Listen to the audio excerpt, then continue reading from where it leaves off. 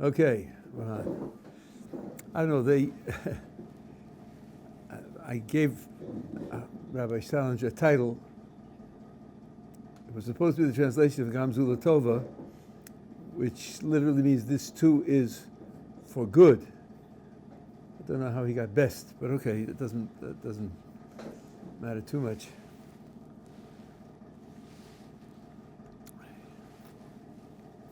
Gamzula Tova, this too is for the good, is a Jewish motto.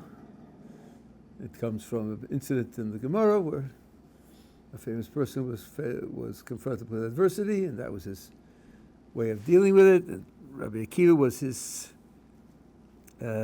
student, and he had his own longer version of the idea. The question this raises is, what is the Torah's attitude towards evil?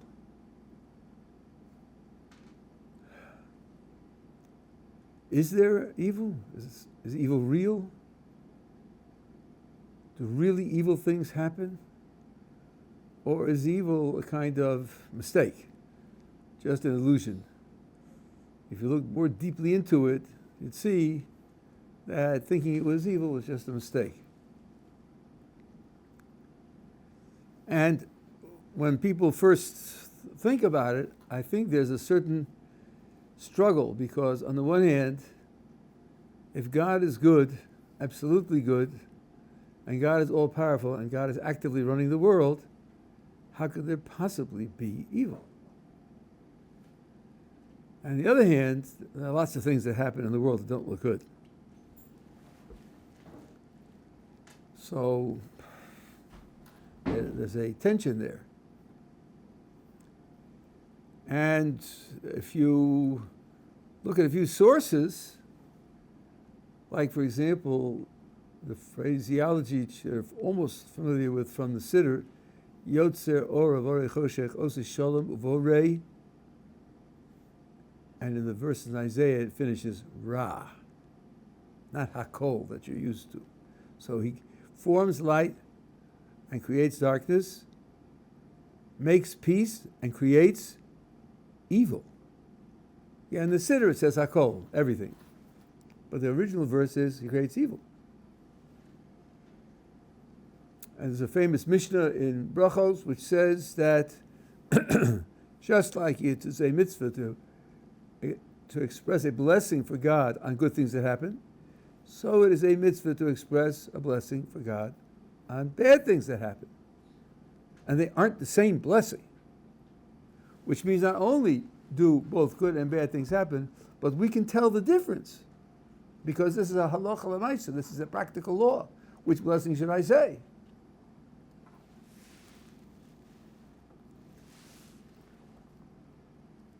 And then you have this phraseology we started with before. This too is for good, meaning even the things that look as terrible as they may appear are for good. Well, the truth is that really bad things do happen. And in fact, if we pay a little closer attention to what it says in the Talmud, you could see it. Because Nochum, who coined this phrase, didn't say, this too is good. He said, this too is for good. And they aren't the same. To say this is for good means it will lead to good. It is a means to eventually receiving the good. Doesn't mean that it is good by itself. Indeed, if someone asks, why did X happen? What's the reason for X? What justifies X happening? If X is really good, the answer is, open your eyes. It's good. What more reason do you need? God's running the world and something good happened. You have a complaint against that? You need an explanation for that? If you say this is for good, will lead to good, is a means to good, that means it isn't good. Because if it were good, you would say it's good. You wouldn't put it off and say it'll get you there eventually. If you have to justify something on the grounds that it will get you there eventually, that means in and of itself it isn't good. It means more than that. It means that were you able to get to the eventually without this means, you wouldn't use it. I'll give you an example. I'm very old, and I remember ancient history when immunizations were performed by inoculation, which means injection. And in those days, they didn't have the micro needles that they have today. The needles were big and very painful. Now, imagine someone observing a pediatrician administering an inoculation. Excuse me for a minute here. I have to calibrate my insulin pump. Otherwise, it's going to stop working.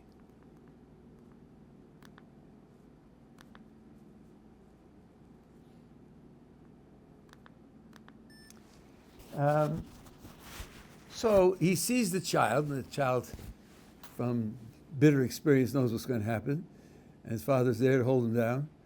And he jabs the child yells in pain. And the child is now protected against polio or diphtheria or whatever it is. And the onlooker thinks, what's going on here? This doctor seems to be a complex character, because on the one hand, he's immunizing him against these terrible diseases. On the other hand, he's causing the child pain. I wonder if there isn't a sadistic streak there. Well, the doctor has a grudge against the kid, and wants to make him feel pain. He did something, the doctor did something with two features. Immunization, which is good, and pain, which is bad. So should we impute to the doctor a kind of mixed motivation? Partly benevolent and partly vicious? Doesn't seem to be the right move. What we say is, the doctor's motivation is to immunize the child, and that's a good. The pain is just an unfortunate necessary accompaniment to the immunization. And don't make a mistake of thinking, well, since he's becoming immunized, the pain also is good. It certainly isn't good. And the proof of it is that next year, when they invent a pill to immunize the child, you don't expect the doctor to use the needle. If he does, you'll put him in jail. So clearly, sticking him with the needle is bad. It's just that you can't get the extreme good of immunization without having to cause the pain. So notice what we're saying now. The doctor's motivation could be purely virtuous, purely good. His character, his motivation could be all good, and yet he could do something that's bad.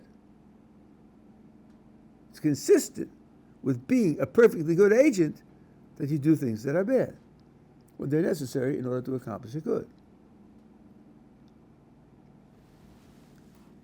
And this is the way when we look at the evil in the world. Not that it's a mistake and not that it's an illusion, but that it is a means to a greater good. You've probably heard that human psychology, according to the Torah, is based on two principles: good inclination, evil inclination, Yetzer Tov and Yetzer Hara. The Gemara comments about the Yetzer Hara, Afilu Yotzro Kro Ra, even its creator calls it evil. Leiv Yetzer Adam Ra Minu Urav. The verse says that Yetzer is a man from his youth, and it's called Ra. Because Baruch is writing those words. So the fact that Kodesh Baruch Hu is running the world and is all good doesn't mean that there's no evil in the world. There is evil. If you want one classical source for this, the Maharal wrote a commentary on Pirkei Avos called Divrei Chaim, and in the third parak there's a phrase there in the Mishnah, V'tuv v'olam nidon, the world is judged by Tuv, God's goodness. And the Maharal asks, if it's judged by God's goodness, if God's sort of managing and running the world from goodness, why is it that we don't make the blessing for something good on everything that happens? Tova meitiv, shechianu. Why do we make that blessing on everything that happens? And he says, because some things aren't good. It says God's goodness is what judges the world. From God's goodness come these things, even the ones that aren't good. That means, as an agent who's running the world and running it in the best possible way, one of the things that makes it the best possible way is evil. You think, doesn't the verse say explicitly, God saw everything that he created, and behold, it was very good? Yeah.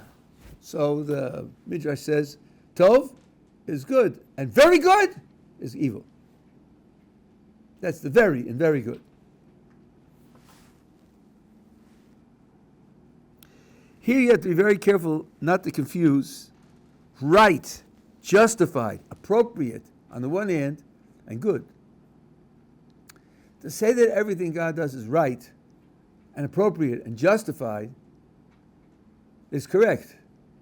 But when you are confronted with two choices and you say, I choose the lesser of two evils, that's not a joke, and it's not just a play in poetry.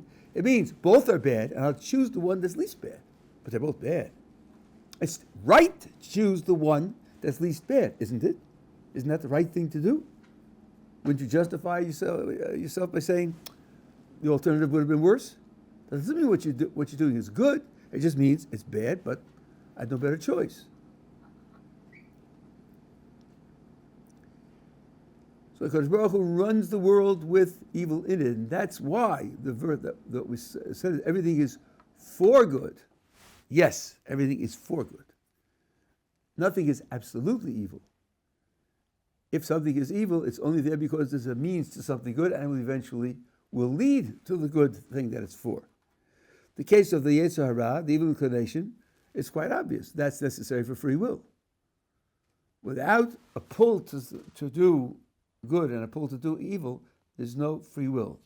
Let me explain that just briefly. Free will operates when there's a conflict in motivation. Something motivates you to do one A, something motivates you to do B, and one is better than the other.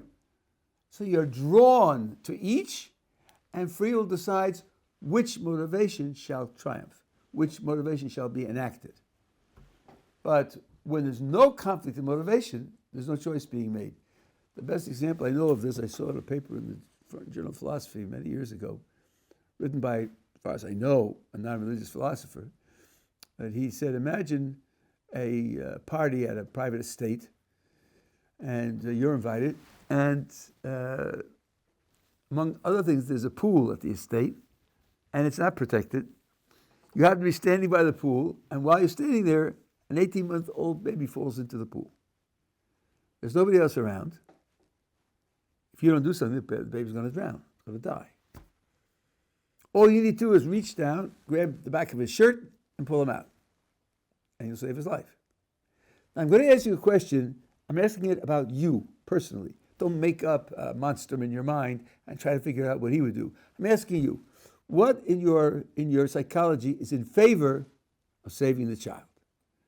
Well, the parents will love you forever, and you'll have the respect of everybody who hears about it. And your conscience will applaud you, and you'll feel good about yourself. And you won't even have to get your pants dry cleaned, because you just put them on the side. You won't even get wet. Those are all the things in favor of saving the child. What's against saving the child? What motivation do you have to let him drown? You personally. I think the answer is nothing. There's absolutely nothing in you that says, oh no, let him drown. It's okay. I can't be bothered. So if that's the case, when you save the child, you're not making a decision. You're not making a choice. You're following the sum total of your motivation, all of which points in one direction. A free will choice is when you have motivation that conflicts. Some motivation on each side. Yes, he needs money, but I want to go on a vacation. So I'm conflicted. Then the decision is which way to go. So without there being an evil inclination, there's no free will. If there's no free will, then your life is equivalent to that of a squirrel. You're a slightly smarter squirrel, as Darwin would have it. That's not what Kodesh Baruch Hu created us for. and created us for it to be smarter squirrels. So there definitely is evil in the world, and the saving grace, so to speak, is that it's for the sake of the good. That's where God's goodness shows that everything that's created for the sake of a good, some of the things are evil. What does it mean to say that they're evil? It means the following. It means that if it weren't necessary to get to the good, it would never happen. The only justification for it is that it's necessary to get to the good. That's what it means to call something evil, but for the sake of the good. There's a sefer called the Klach B'Sei Chochmah, which is advertised as being written by the Ramchal, although there are those who doubt it, including Rabbi Friedlander, who edited these books. In there, he makes an argument to this effect. If you think that everything is really good and evil is just an illusion, imagine the following. Imagine a world where the whole world consists of only one thing, and that one thing lasts forever. That one thing is toothache. Just toothache. Forever. Now, are you going to tell me that could really be good if you look more deeply into it? See it with more sophisticated, more subtlety. Look to its source. Look to its root. Talk about any kind of metaphysics you like, but it's all toothache forever. Not toothache in tshuva, not toothache in prayer, not toothache in charity, not toothache in increased sensitivity to other people. That's all consequences that the toothache would lead to, which are good consequences. No, just toothache. I think at that point you draw the line and say, no, sorry. That can't be. That can't be good in any sense. Which means what you're saying is the toothache is bad, and the only way you could justify it is if it led to something else that was good enough to justify it. But otherwise, you wouldn't be able to tolerate it. So that's the situation. Now, if you've understood what I said all the way up until now, there's a Koreshi objection to what I'm saying. The Koreshi objection is this. Let's go back to the doctor. Why do we say the doctor's as an agent is perfectly good, his motivation is good, he's virtuous, even though he hurts the child? Because we said the doctor can't immunize him without the pain until the pill is invented. So the idea that you use A to get to B, where A is bad, but it's a means to B, which is the good outcome, that's because you can't get from F to B without A. Well, that's because you're limited. In particular, that's because you're not all-powerful.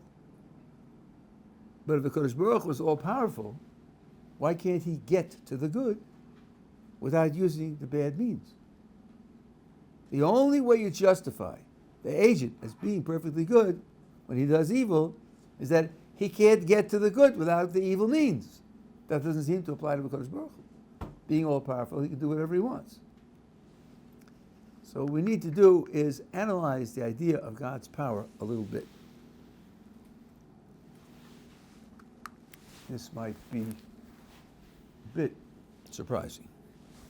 Let's see. God is all-powerful. Some people take that to mean God could do anything. No limits on what he could do. Well, let me ask you a couple examples and see how you feel about them. God could do anything at all. No limits of what he could do. Could God learn something new?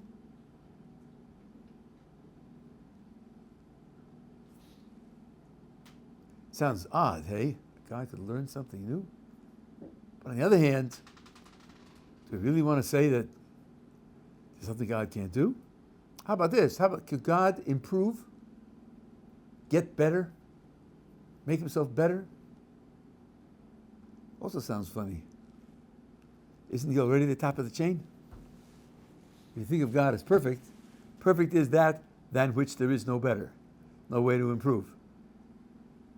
So it sounds like maybe we don't want to say that God can just sort of do everything. There is another one, which I'm not going to go into now, but I'll put it in for your memory bank. God can't commit suicide either because his existence is necessary. There is no alternative to his existence. Well, let's diagnose this now. What's gone wrong with our idea that God could do anything, is all-powerful? Well, it seems that doing anything on the one hand and God's perfection on the other hand conflict in these cases. Obviously, if God can learn something new, it means he doesn't already know everything. But one of his perfections is that he's omniscient, he knows everything. Say that God can improve means he isn't already perfect, and that conflicts with the idea of his being perfect. So maybe he could do anything was a little unwise, a little rash, and a little over-exaggerated. Really what we want to say is that God is perfect, which would mean that he can do everything that a perfect being can do. But if there are some things to do which can only be done by imperfect beings, that we don't want to say that he can do, because we're not going to make the mistake of saying that God has imperfections. Okay, that's just meant to loosen up your intuitions, to cut out the knee-jerk reflexes. Now, moving over to a different example. It's not exactly the same. It may sound similar, but it's not exactly the same. Let's take some examples like this. I've challenged God to a game of chess, and just for amusement, he's agreed to play. And since he's a much better player than I am, we've decided to play where he has only his king, and I have all my pieces. Can he checkmate me with only his king? Now look, it'll be hard for you and me, but we're talking about God. Unlimited, all-powerful God, all-knowing God. Can he checkmate me with just the king? Can God divide 2 into 5 evenly with no remainder? Can God correctly spell the word table with 4 letters? Only 4 letters? Don't these examples sound funny? Like something funny is going on here. Well, what are we asking here? The one that the Rambam asks is, can God make a square whose diagonal is equal in length to its side?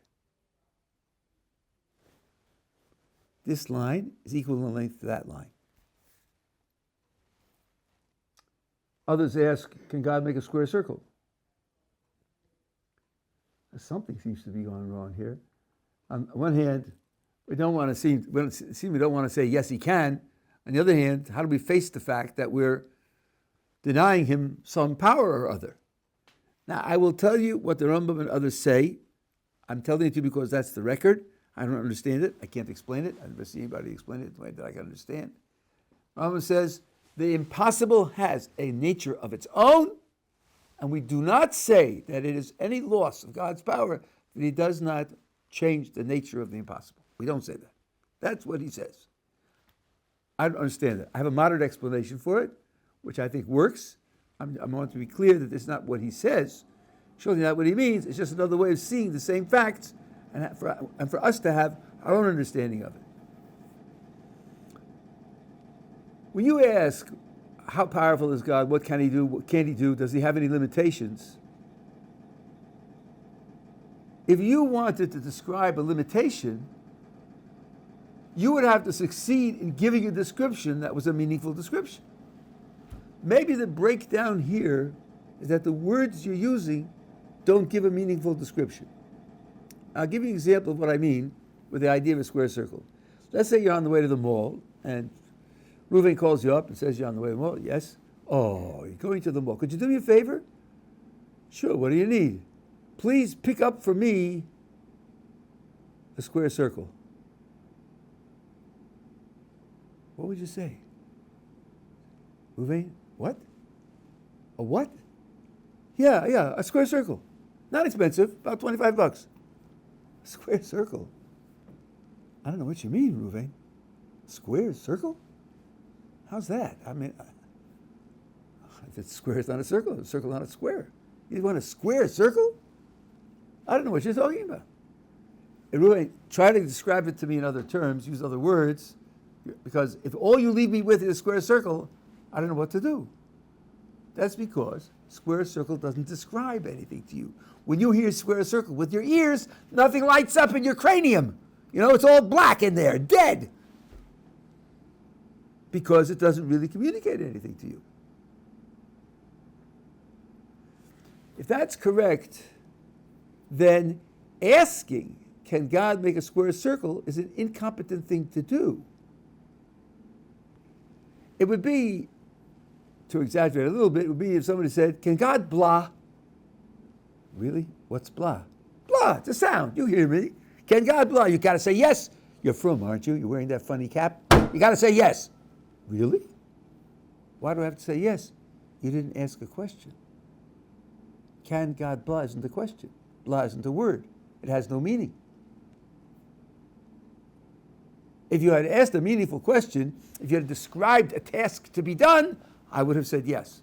Well, I have to worry about improving and learning things new, but I would have an opportunity to say yes or no. But you used the word blah. That's not a word. It has no meaning. It's just a sound. And since you didn't ask a question, you don't deserve an answer. Somebody says, can God create a square circle? The correct response is, what? Not yes, not no, but what? If that's the way you're going to talk, I can't talk to you because I don't know what you're talking about. So, if the option comes up of whether or not God can do something which is described with a contradiction, then we reject the query. We reject the subject. You may have heard about this old saw that college sophomores after the third beer at 1:30 a.m. think of. Now wait a minute. Can God make a stone too heavy for him to lift? I think I got him in a problem, because if he can make the stone, he can't lift it. And if he can't make the stone, then it's something he can't do. Either way, it's something he can't do. So he can't be all-powerful. So God can't be real. Order cheeseburgers. Right? Because we now know the whole thing's a mistake. According to what I'm telling you now, it's a mistake. When someone, you understand the argument, right? The argument that he gives. The way to respond to such a person is, you ask me whether God can create a stone too heavy for him to lift. Let me read back to you what I hear in your words. A stone too heavy for God to lift would mean a stone so heavy for God was all powerful to lift. Which means a stone too heavy for God, who could do anything, who could lift anything, to lift. Which would mean a stone which God can lift because he can lift anything, and can't lift because you said he can't lift it. So you're asking me whether God can make a stone that he can lift and can't lift. Sorry, that's a contradiction. Those words don't describe anything to me. It can't be that he can lift it and can't lift it. That's just a contradiction. So you haven't succeeded in asking a question. And therefore, I'm not going to give you an answer. The critic's whole move is to say, whatever answer you give me, you lose.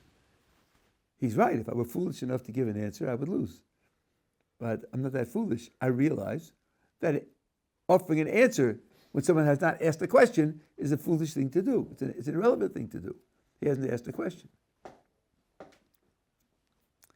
Now, the clever critic says, Rabbi, I thought you had a degree in logic. Don't you realize you're begging the question? Oh man, begging the question is the worst thing in the world, you know? You go to Gehenna for that. Where am I begging the question? Well, look, Rabbi, here's what you did. You said, stone too heavy for God to lift means stone so heavy that God, who's all-powerful, can't lift. How did you sneak in all-powerful there? Isn't all-powerful what we're discussing? Isn't that the subject under debate? Isn't the question whether God is all-powerful or not? If you sneak in there that he's all-powerful, you're sneaking in what you're supposed to prove. That's not fair logic. You got to get to that conclusion by logic, not sneaking it in just by saying that he's all-powerful. That's what the clever critic will say. But the clever critic is wrong. He's misunderstood the discussion. He's misunderstood the dialectic. Let's go into it a little more detail. The critic says to me, are you religious? And I say, listen, why am I wearing this hat? I wouldn't wear this hat if I weren't religious, believe me. Okay, so you're religious. You believe that God is all-powerful? I say, yes.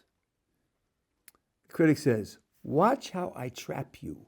with your belief that he's all-powerful. I'm going to start with your belief and trap you in a trap that you're going to have to agree that you're making a mistake. So he's allowing me my belief. He's going to trap me with my belief. If so, then I can use my belief in defending myself. That's the kind of challenge he's making. He's not introducing an open-ended investigation. Let's sit and talk about it and see whether God is all-powerful or not. No, he's proposing a trap that's going to force me to agree that God is not all-powerful. And here's how he does it. You think God is all-powerful. Well, tell me, can he create a stone too heavy for him to lift, or can't he? And then the argument goes, if he can, he can't lift it. And if he can't, then that's the thing he can't do. You believe he's all-powerful. You are now trapped to agree that there's something he can't do. So my response is, no, my believing that he's all-powerful does not force me into a trap. I'll show you how I can use my belief that he's all-powerful to avoid the trap. And here's how it goes. You want me to consider a stone too heavy for God to lift? Because I believe he's all-powerful, I believe stone too heavy for God to lift is a self-contradiction. And if it's a self-contradiction, you haven't communicated any idea or any reality. That being the case, you haven't asked a question. Since you haven't asked a question, I don't owe you an answer. That's how I defend my belief, starting with my belief. So that's why we can answer the critic. But the bottom line is, you don't fill the blank, God can blank. Don't fill the blank with words that express a contradiction. If you do that, then you haven't asked a question. And by the way, that means I won't say yes or no. I won't say that God can create square circles, and I won't say that he can't create square circles. I'll say, I'm not talking because you haven't asked a question. I don't have to commit, I shouldn't commit myself either way, because committing myself either way would give credit to the question, and the question doesn't deserve that credit. I'll give you a parallel. If the parallel helps, wonderful. If it doesn't, you can just ignore it. Let me introduce you to Fred. Fred is a portrait painter. Paints portraits of people. He can paint anyone, any race, any ethnic background, any emotion, man, woman, child, any age. He is the universal portrait painter. He can render anybody's appearance in a portrait. So that's Fred. And George says to me, are you joking? What are you talking about? Fred is a universal portrait painter? I know one portrait he can't paint. Really? Who's that? He can't paint a portrait of Santa Claus, can he? I hope I'm not breaking your hearts. There's no Santa Claus. We're on the same page, right? So I say to George, a portrait of Santa Claus? Come on, a portrait means a portrait of someone alive, someone real. So saying I won't give him the ability to paint a portrait of Santa Claus doesn't mean I'm restricting his abilities in any way. I'm not limiting him in any way. He's still a universal portrait painter, because portraits are pictures of real people, and Santa Claus isn't real. Santa Claus isn't a candidate. Santa Claus isn't one of the things to be painted that we could ask whether Fred can paint it or not. Santa Claus just has no place in the discussion. Similarly, stone too heavy for God to lift has no place in the discussion, nor do square circles, nor do checkmating with only the king, nor does dividing 2 into 5 evenly. Those descriptions are self-contradictions, and therefore they don't arise in the discussion. Are we together so far? Okay, so now back to where we started from. The critic is asking, you tell me some things are evil, but they're evil for the sake of good. And therefore God, as an agent, can be a purely, perfectly good agent and create evil as a necessary means to the good.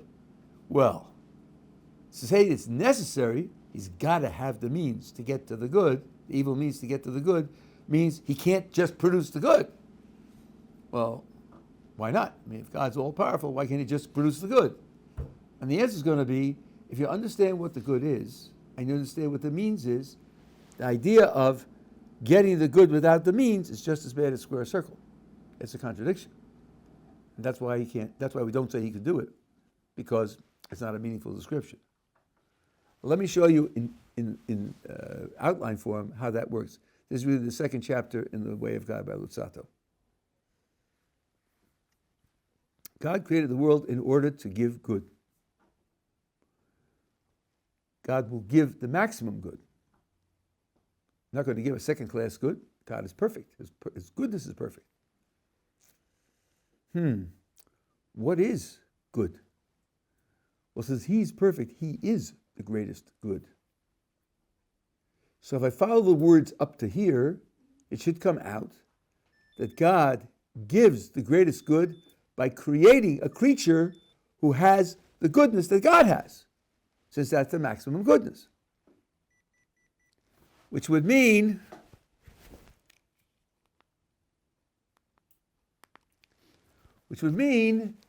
that God creates another God.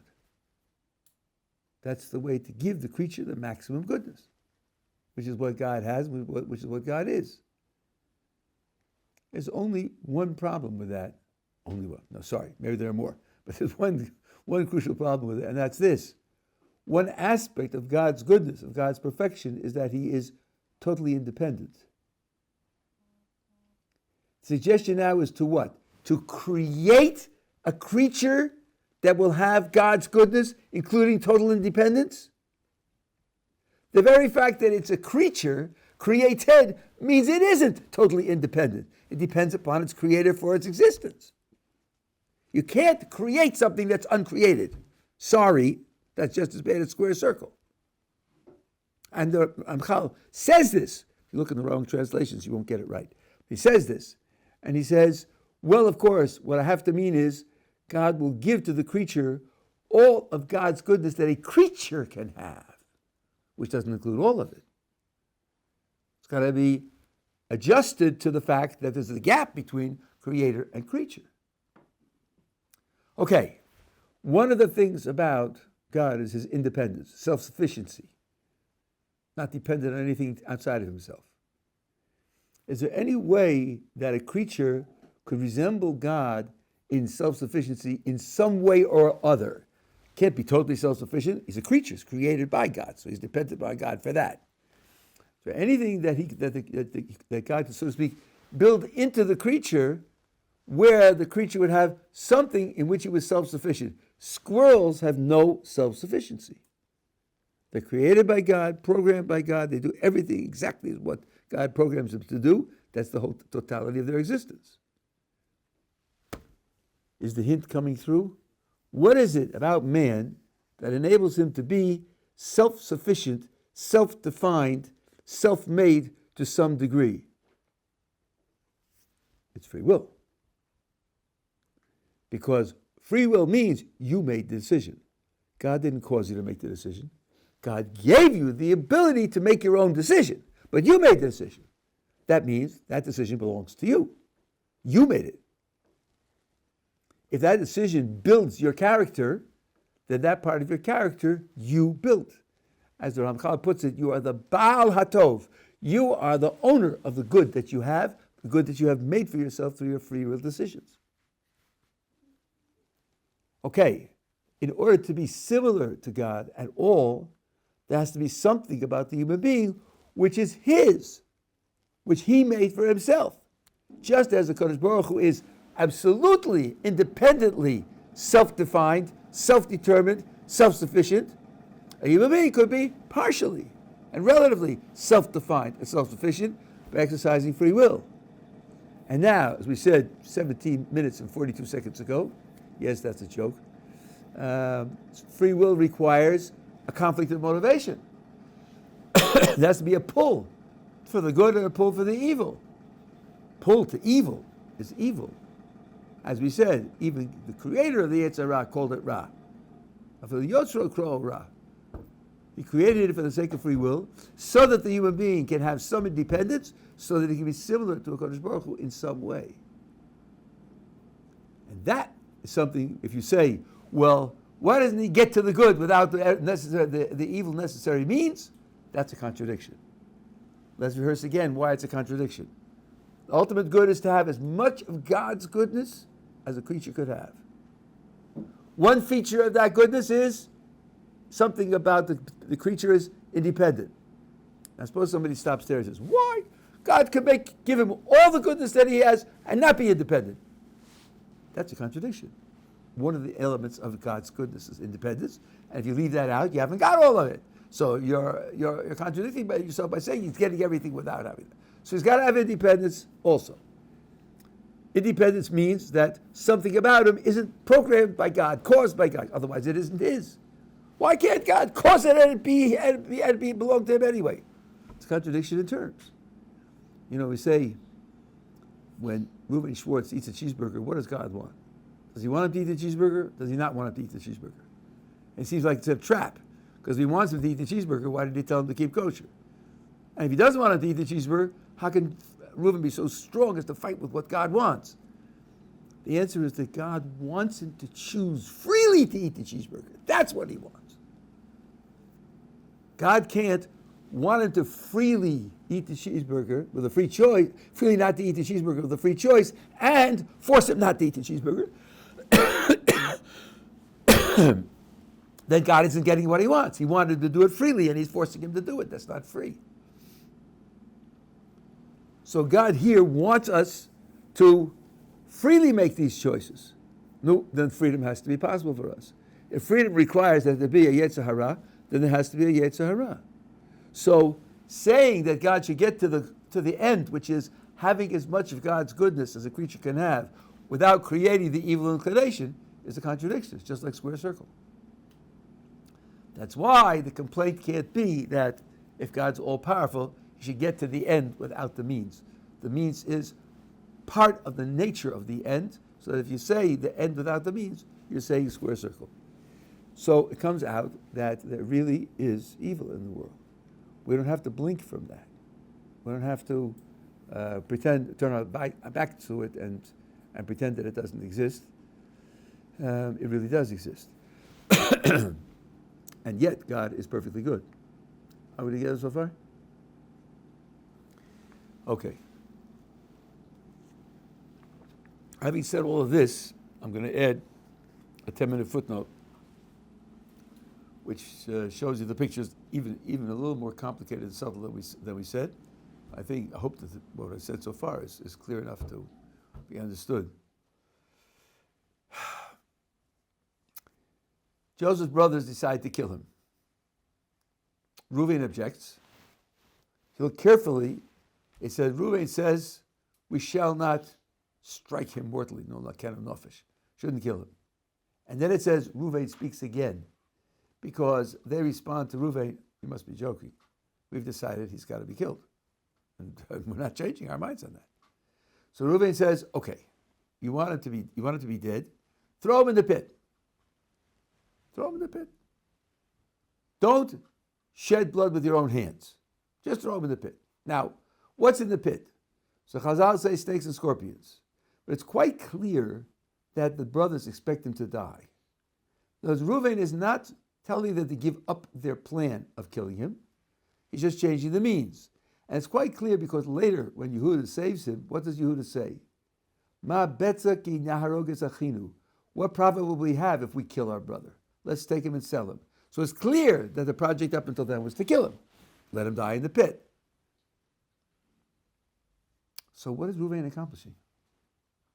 The text is clear. Reuven is doing this in order to save Joseph. Well, you say, his plan was to come back and get him from the pit. Okay, but why isn't he going to die in the meantime? That's why the brothers are agreeing, because in the pit he's going to die. The Or Chaim has a famous explanation here, and for those who think that it's controversial, Rashi and the Ramban and the Netziv and Rav Dessler all agree. And if you think that the Chovos Levavos and or the Sefer Chinuch disagree, Rav Yaakov Hillel and Rav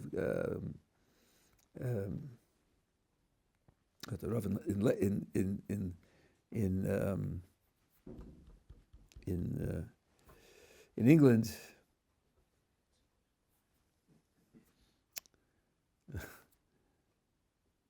In Gateshead, they both wrote articles, and everybody agrees. Here's Reuven's thought. How much schus does Yosef have? How much merit does he have? A lot? A lot? Well, then he's going to live anyway. If the brothers try to kill him, they'll be prevented, because Baruch Hu will stop it. If they're thrown in the pit, snakes and scorpions also will be stopped. If so, Ruvain, Yosef doesn't need me. He's going to be saved either way. Or maybe Yosef has very little schus, very little merit. That means if the brothers decide to kill him, they'll succeed in killing him. And if you throw him in the pit, he'll die also. Then I'm not doing anything. I can't help him. He's going to die either way. But there's a third possibility. Third possibility is that Yosef's merit is in a medium area where it's enough merit for Kadosh Baruch Hu to do a nace and save him from the pit, save him from the snakes and scorpions. But if the brothers directly try to kill him, they'll succeed. So if he's in that middle range, then I'm saving his life. Because if the brothers try to kill him directly, they'll succeed. Or if they throw him in the pit, Kadosh Baruch Hu will stop the snakes and scorpions and will save his life. So that's Ruvain's thought. I don't know where he is, but if he has very little merit, has very great merit, doesn't need my help, and if he has very little merit, my help won't help him. I can't save him. But if he's in the middle, I'm saving his life. And on that possibility, it's like surgery. It doesn't always work, but if it's a possibility that it should work, you do it. So here too, that's what's motivating him to do it. Okay, now let's analyze the middle section.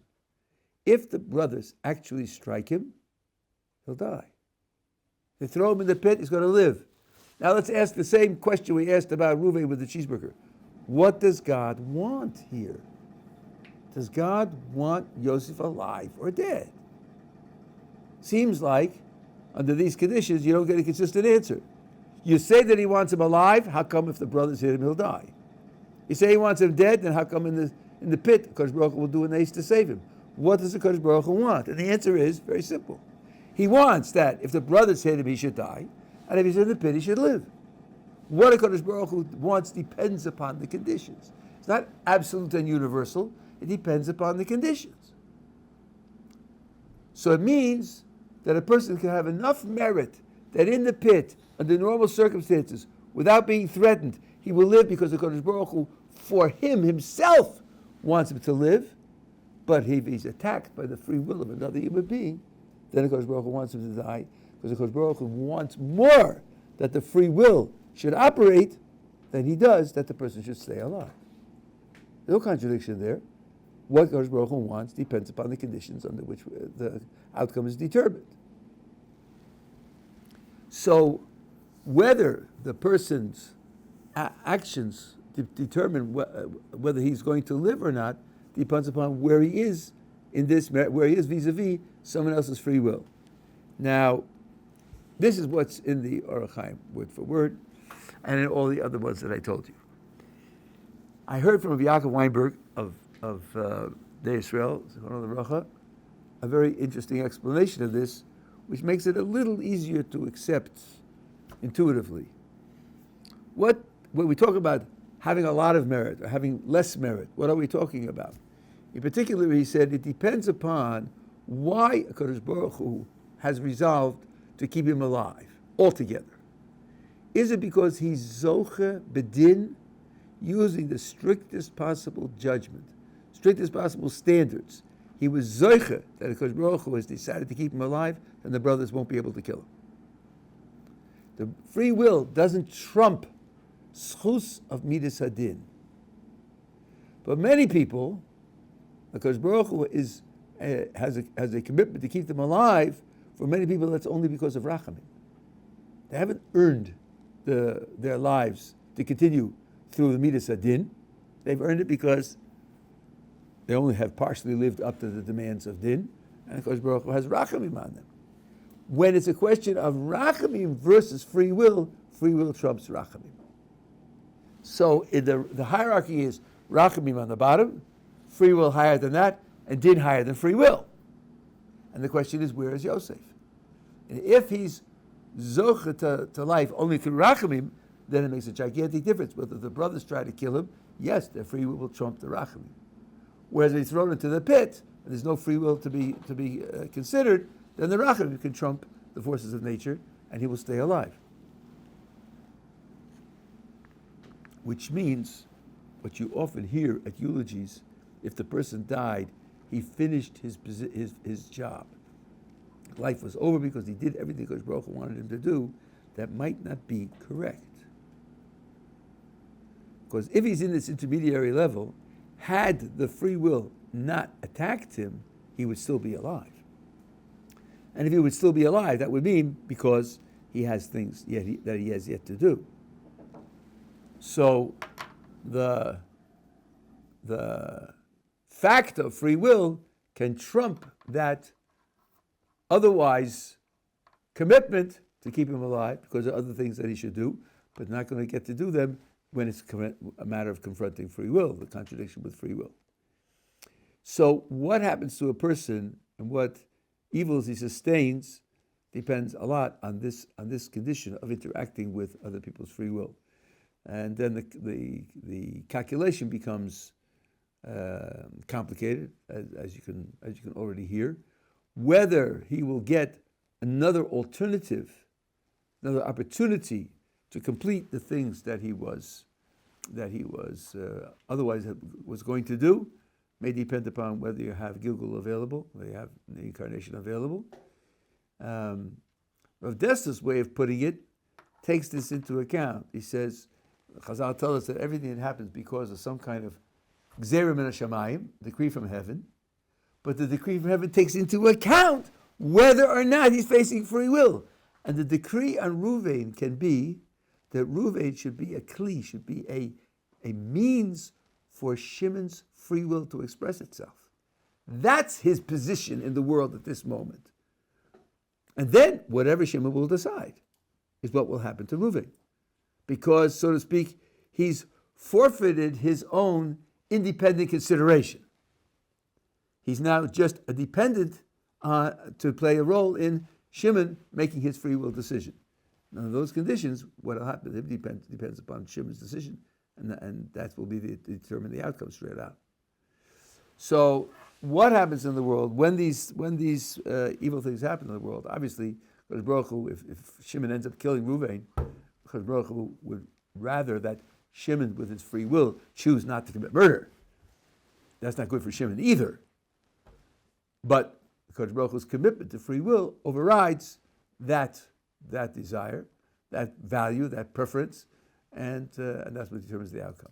So it's a fairly complicated picture. But the bottom line from where we started from is that evil is real, and things that appear to be the contrary are a mistake. I'll finish with the famous pasuk, Ki alamunu ve'en aval tzaddik v'yashahu. Ki alamuna, without any crookedness, he's a tzaddik and he's straight. And people read that pasuk as if to say, then everything that happens has to be right. Everything that happens has to be good. How could you fulfill that verse? Might be a good idea sometimes to take a look at Rashi. What's Emunah doing there? What's Emunah doing there? Rashi says, God is faithful to pay the tzaddikim for their mitzvos in the next world. Oh, which means that not always are they paid in this world. Oh, so that means that a person can be a tzaddik and not be getting the reward for his actions. It'll only be in the next world. Aha! So not everything in this world is going to be straightforwardly right and just and perfect. No, you need the next world to make that work, according to Rashi. Well, Rashi's reliable. You don't have to apologize for Rashi. Okay, so this now makes the world a complicated place, that evil is real, and that it is a means, and that means that when something bad happens to a person, he can make it into litova by making it a means to something good. It says, Sarah was Mea Shana ve'esrim Shana ve'sheva Shanim, Shnei Chaye Sarah. The years of Sarah's life. Rashi says, quoting a midrash, Kulam Shavin Latova. All equally, now that you've been programmed to understand this, what do you want to emphasize? Kulam Shavim Le tova. Not bitova, not kulam shavim tov, but kulam shavim litova. She had bad days, Sarah did. When she says to Aaron, Chamasi alecha, yishpor Hashem beini uveinecha. I'm angry at you. God should judge between us, for which she was punished. That wasn't such a good day. It doesn't say they were all good days. I saw this written on one of these alonim that comes out. Nothing bad happens to tzaddikim. Everything is good. It says, Chazal say it's all good. No, they don't say it's all good. They say it's all for good. It'll all be used for good. She grew from that. She did tshuva for the mistake that she made. It brought her to a higher level. She made it into a means to good. That's all that it means. Doesn't mean that they're all good. Okay.